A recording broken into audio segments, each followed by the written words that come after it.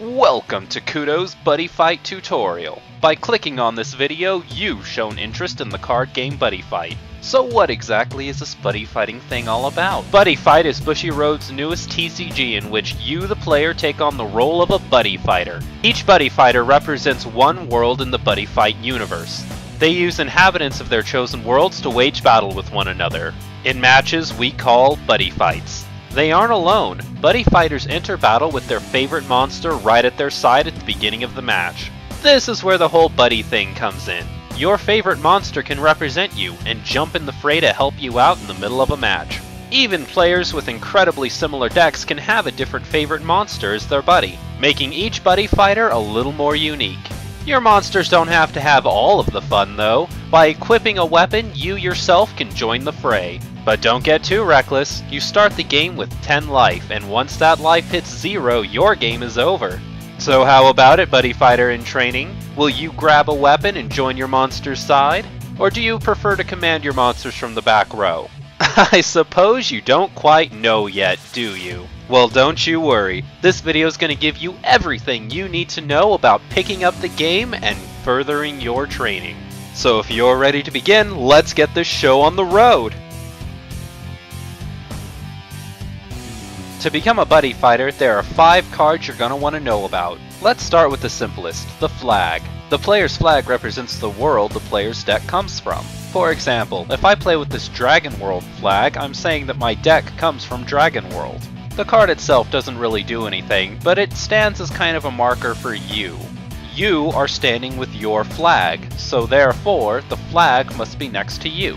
Get it? Next, let's talk about monsters. Monsters are by far the most common card you'll find in a buddy fight. They represent the creatures from your world that will come to fight by your side. In the top left, you'll notice the number 2. That's the monster's size.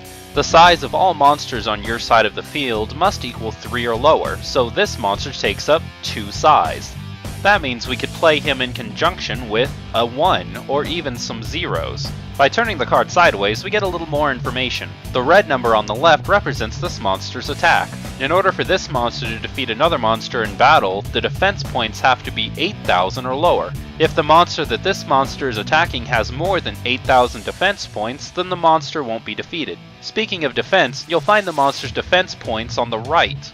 You see the blue 4,000? That's this monster's defense. If a monster attacks this monster with 4,000 or more attack points, then this monster is in trouble. Lastly, we'll talk about the number in the center. The white number in between the monster's attack and defense is called a critical. This is how many points of life are taken from your opponent when this monster attacks them directly. In this case, our monster deals the opponent 2 damage. These monsters are important, so learn as much as you can about them. Next, we'll talk about items. Equipping an item to yourself is how you, the player, can participate in battles. If you'll notice, this item doesn't have a size. None of the items have a size. That's right, items don't take up size, so you can equip one no matter what your field looks like. Like monsters, items have their own stats. As you may have guessed, the red number represents this item's attack. If you attack a monster with this item that has 5,000 or less defense points, the monster is destroyed. You'll also see that the item has a critical. If you attack your opponent with Drago Brave, they take 3 life point damage. Items aren't destroyed in battle, so items don't have defense points. Some cards also have an effect text. In the case of Drago Brave, it has an equip cost. In order to play this card, you have to discard 1 card from your hand and pay 1 gauge. We'll get into what gauge is later. Just remember that some cards like Drago Brave are so powerful they need a cost to come into play. Moving on to spells. You can't always expect to win your battles through brute strength alone. Most of the time, these cards can be used to get you out of a pretty tight spot, or they can give you the edge in a battle. There are tons of different spells, all with different effects, and they can help you out in such a variety of ways I can't possibly cover them all. Spell cards don't have any stats because they don't actually come into play, but all of them have effect text. Powerful spells like Dragon Breath will have some kind of call cost. Just like with Drago Brave, I'm not going to explain what gauge is yet. Just know that this card is so powerful you have to pay in order to play it. This card's effect is it destroys 1 monster on the field with 4,000 or less power. There's an exclamation point at the end of its effect text. That means it's awesome!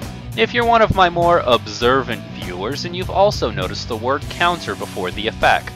Most spells can only be played on your turn. Some can only be played during your main phase, some can be played anytime during your turn, but most of the time it's a card that only works during your turn. If a card has counter, it can be used during any player's turn.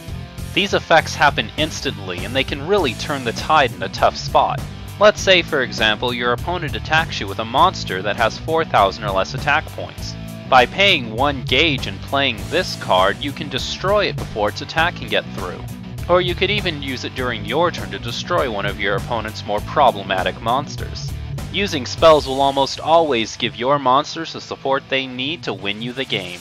Last but certainly not least, let's take a look at impact cards. You'll recognize impact cards right off the bat, because unlike most other cards, these cards are horizontal. These cards look special because they do something very special. Impact cards are incredibly powerful, often game-winning cards. They all require a little bit of setup, but trust me, the payoff is definitely worth it. Unlike most other cards, impact cards are played solely at the end of your turn. This means you can use both your main phase and your attack phase setting up for one of these cards. In the case of the Gargantua Punisher, you must first pay 4 gauge. Well, let's see. Considering cards like Drago Brave and Dragon Breath cost 1 gauge, you can imagine how powerful a card that costs 4 gauge is. Its condition is your opponent must have 4 or less life, and neither you or your opponent must have a monster in the center slot. If this condition is fully met, you can play this card at the end of your turn, to deal an immediate 4 damage to your opponent that cannot be nullified nor reduced. Do you realize what that means? You instantly win the game if you pull this off. Not every impact card will win you the game instantly, but there are a lot of really powerful ones. Find one that works really well with your playstyle, and really let your opponent have it. Enough about the cards, let's get to some action already. When setting up, you're going to want to separate 2 cards from your deck, the flag and your deck's buddy. Remember, the buddy should be a separate card from your deck. So without the flag and buddy, your deck should still be 50 cards. Set the flag and the buddy both face down in their appointed spots. Shuffle the rest of your deck and put it in the deck slot. You and your opponent both draw 6 cards from the top of your decks. There's no form of mulligan in the game of Buddyfight, so what you get is what you get. Now you and your opponent both take the top 2 cards of your deck and put them face down in the gauge. Remember not to look at them.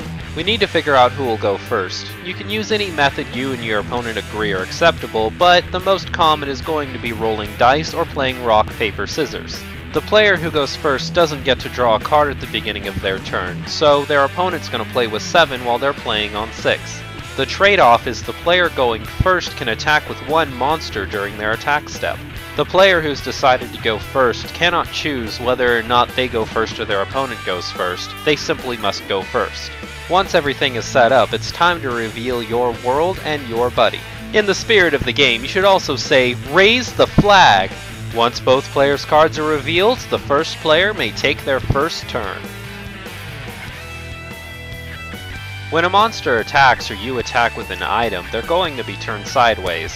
This is also called rested. At the beginning of your turn, turn all rested cards back up to their vertical position. This shows that they've rested up and they're ready to fight again. Next, draw a card from your deck. Remember, if you're going first, you don't do this during your very first turn. And now we move on to charging. Charging is a unique concept that allows you to get rid of 1 card from your hand in order to draw a new card and increase your gauge by 1. Just take 1 card you don't really want to use from your hand and put it face down in the gauge. Then draw 1 card. Charging your gauge doesn't lower your hand size, and it also gives you a chance to get another card from your deck. You should do this as often as possible to make sure you have a lot of cards in your gauge. You don't want to go to play a card that needs it and realize you don't have enough. It's always better to have it and not need it than need it and not have it. A common question you may be asking yourself is, what do I charge? How do I know what card is okay to get rid of? These are some simple tips you can use to make your charges as worthwhile as possible. Firstly, there are some cards in your deck that you don't need 2 of in your hand. For example, the Gargantua Punisher. Having a Gargantua Punisher in your hand is fantastic, but tell me, what's the use of having 2 of them? Playing 1 of them will end the game for us, so having 2 of them is a little redundant. This is a prime target for charging. The same rule applies to items. You can only equip 1 at a time and they can't be destroyed by battle. so why hold on to 2 of them? You might as well charge one and get more gauge. This rule doesn't necessarily apply to monsters. Monsters are sometimes destroyed really easily, so sometimes you want more than one copy in your hand. The same thing applies to spells. Sometimes casting a spell more than once can give you the edge you need, so you sometimes don't mind having multiples in your hand. Aside from doubles, you can also choose based on field advantage. Since the maximum field size is 3, we want to keep our field at 3 as much as possible. So if the monsters in our hand will give us a field of 3, then we don't want to get rid of them. For example, let's say we have Bear Trap Fang Dragon in play. He has a size of 1. Looking at your hand, you have 2 monsters with a size of 1, along with 2 spells. If we get rid of one of the monsters, what if we draw a spell or something? We won't be able to play a full field of 3. In a case like this, it's best to just get rid of one of the spells. Different cards are good under certain circumstances, and sometimes, even cards that you really love using just won't be as effective. As you play with your cards more, you'll learn more about when they're the most effective, and when you can charge them. No amount of tips and tricks is better than some good old experience. The main phase is where the magic happens. You'll be calling monsters, playing items, and casting spells. But in a game with so much freedom, how do you know what cards to play? The game is still fairly new and there's much experimentation to be had, but I've come up with a theory that I think will point you in the right direction. I call this the best 2 out of 3 theory. The theory goes like this. There are 3 big goals you can accomplish during your turn. 1. Clearing the field. This means defeating all of your opponent's in-play monsters. 2. Defending yourself with a monster. Ideally, you'd like a strong monster in your center slot to protect you from damage. You only have 10 life, so taking too much damage 2 turns in a row could cost you the game immediately. And 3. Dealing damage to your opponent. Defeating monsters in defense is all well and good, but eventually you're gonna need to deal 10 damage to your opponent if you want to win. Now, obviously, it would be best if you could take turns where you can do all 3 of these objectives. You won't always be able to, though. That's where my best 2 out of 3 theory comes in. Try to play cards from your hand that will accomplish 2 of these 3 goals at least. If you're put in a position where you can only do one of these things during your turn, then you're in trouble. So always aim to do at least 2. This theory is a guideline and not a direct rule, so there are a lot of times where you're gonna need to do something different. For example, if your opponent has 6 life left and you're capable of doing 6 damage, take them out fast. Don't give them time to react. Even though you're only accomplishing one of your goals, you're still making the best decision. Now that you have my theory in your head, let's talk about something else. What monsters do I call? As we just talked about, you should call monsters that will accomplish some goals. Let's say for instance your opponent has 2 monsters in play. Armor Knight Ogre is to your opponent's right. Armor Knight Minotaur is to your opponent's center. If our goal is to clear the field, we need to summon at least 1 monster with 3000 attack and 1 monster with 5000 attack. If you want to defend yourself with a monster, all you have to do is play one of them to your center slot, preferably the one with the highest defense. With a setup like this, you could also choose to just go for damage. You use Thousand Rapier Dragon to take out your opponent's center slot, and then you attack directly with Systemic Dagger Dragon. Although you're no longer accomplishing the goal of taking out your opponent's field, you are accomplishing the goal of direct damage. You're still best 2 out of 3. This formation could change drastically though. What if we did this? Do you see what just happened? Now that I have a full field of 3 monsters, I can use 2 of them to take out my opponent's monsters and 1 to attack directly. I cleared my opponent's field, did some direct damage, and even have a monster protecting me in the center slot. Don't underestimate the power of size 1s, they can still kick some serious tail. When you see the power of size 1 monsters, you may ask yourself, what do I need size 3s for? Size 3 monsters are incredibly powerful monsters that take up your entire field. They have a lot of uses, and using them ineffectively will cause you to lose a great monster. The first use is defensively. Let's say my opponent has the same field setup as before. By playing the size 3 to my center, I can take out one of my opponent's monsters and I have a huge powerful wall defending me next turn. You may have noticed that I'm breaking my best 2 out of 3 theory. Although I am getting the benefit of my opponent needing to spend a turn trying to get rid of my Gigant Sword Dragon, there are times where I can accomplish more. One of the best uses is this exact same play, but instead of my opponent having 2 monsters like this, my opponent just attacked me with an item card. My opponent's center is exposed, so I can attack for a very powerful 4 damage while still having a very powerful wall. For our final example, what if I had this guy to the right and I also had a weapon equipped to myself? With a setup like this, I could still clear my opponent's field. Or even better, I can attack directly for 7 damage. If my opponent had 7 or less life before this turn, this is a game-winning move. Keep your eyes peeled for different ways you can call level 3s. The last thing we'll talk about is the buddy call. Once per game, you can summon your buddy to battle. Let's take a look at a quick example. We'll say for this example that my buddy is Jomidar Dragon. That 8000 attack is looking pretty good right now, so we're gonna buddy call him. To buddy call, you must have 1 copy of Jomidar Dragon in your hand. If you're using a different buddy, then just replace Jomidar Dragon with whatever card you're using. To buddy call Jomidar Dragon, I first move him to either the right, center, or left. I then take the copy of Jomidar Dragon I had in my hands and I put it rested in the buddy slot. The connection between you and your buddy is so strong, you also get 1 extra life for doing this. Unfortunately, no matter how many copies of Jomidar Dragon I have in my hand, I can only do this once per game. It's important to put the buddy card in play and put the one in your hand rested into the buddy zone. Initially, some people are just going to rest the buddy and then put the one from their hand into play, which is the incorrect way to do it. While they are technically the same card, this creates a few problems. The big problem it creates is this little card right here. You get a My Buddy card with each trial deck. It can fill in for any of your monsters when buddy calling. So for example, if I wanted to buddy call but didn't have another Jomidar Dragon, if I had this card in my hand I could still buddy call. Following my previous example, the buddy call should look something like this. If we do it the incorrect way, then it looks something like this. That's obviously not what's supposed to happen, so let's just get used to doing it the correct way. Don't forget, your monsters can't do this alone. Use those spell and item cards.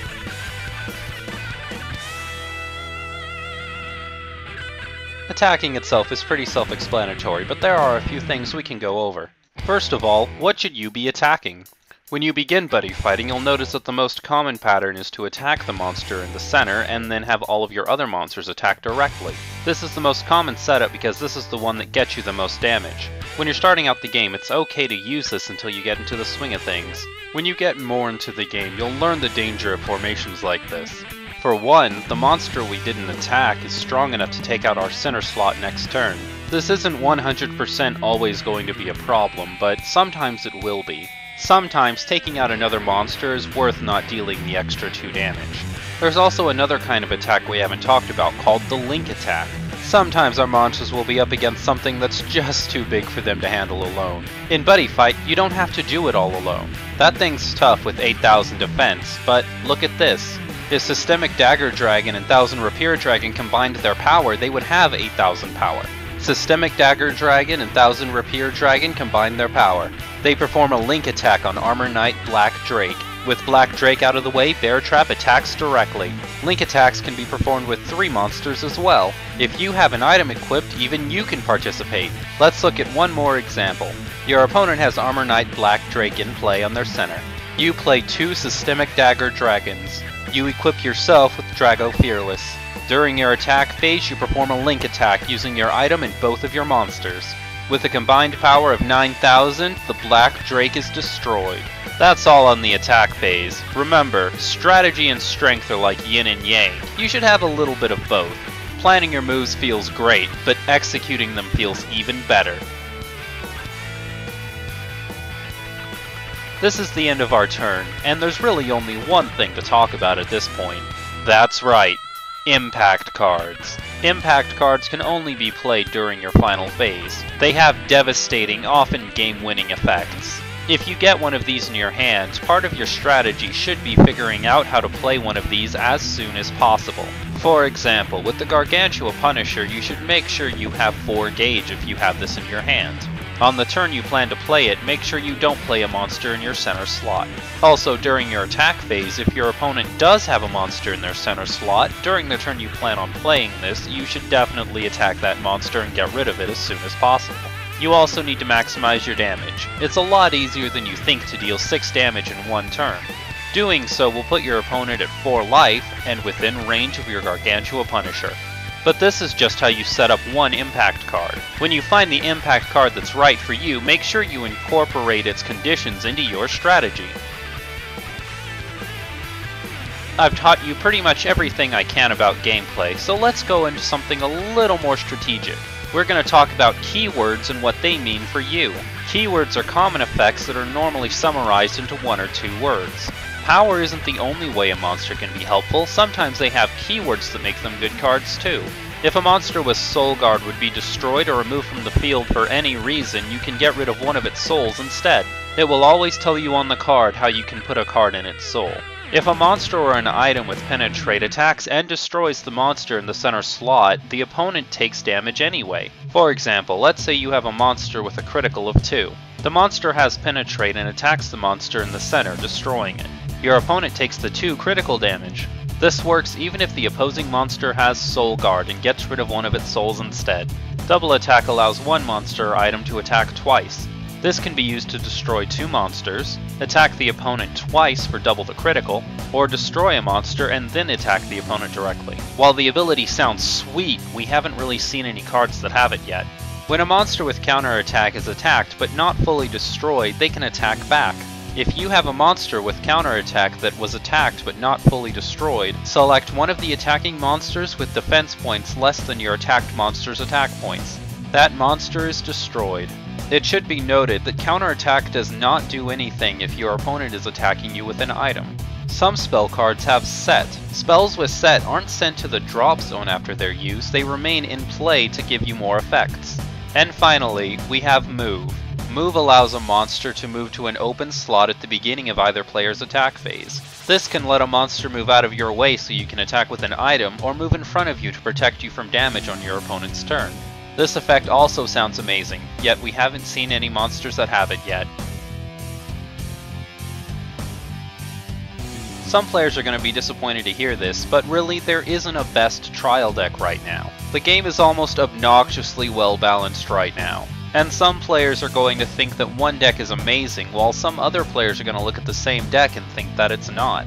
Really, it comes down to artwork and playstyle, so that's what I'm going to talk about. Since Dominant Dragons is what we used for all of our examples, let's talk about that deck first. The dragons are a noble society, much like yours or mine. They've learned to make their own armor, wield swords, and even take it a step beyond. They're proud, honorable, and dependable. But don't be fooled, they're still dragons. They're strong and reliant and can stand up to any challenge that's brought to them. The cards look vibrant and beautiful. They're very stylized, making it look like a real society of dragons came together. And they're all fighting for a common cause, yours. The gameplay to Dominant Dragons is all about adaptation. The deck doesn't excel in any one thing, but it can always fit itself to its situation. Control the battle, and never let your opponent have the advantage for too long. Pick Dominant Dragons if you want a deck that can handle anything your opponent has to throw at it, and will never be kept down. As their name implies, Savage Steel cards are very dark and unforgiving. These are monsters who probably have very little in common, except for one rule they all know to be true. The strong will survive, and the weak will perish. The artwork is a strong mix of darker colors like dark green, black, and brown, with a variety of different animals and monsters all geared to the teeth. This suits its playstyle quite well. The deck is about overthrowing your opponent with way more than they can handle. The deck is almost unparalleled when it comes to attack power.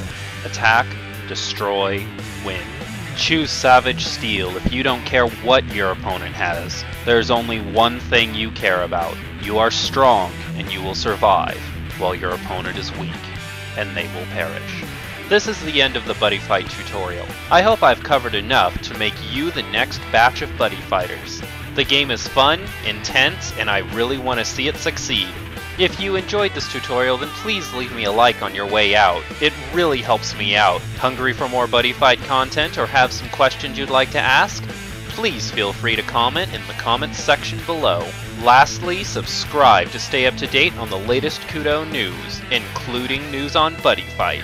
One last thing. If you want some news and up-to-date information on the Buddyfight franchise, then please check out the channel listed right here in the video.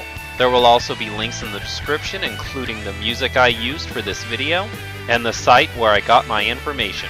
Till next time, Buddy Fighters, game on!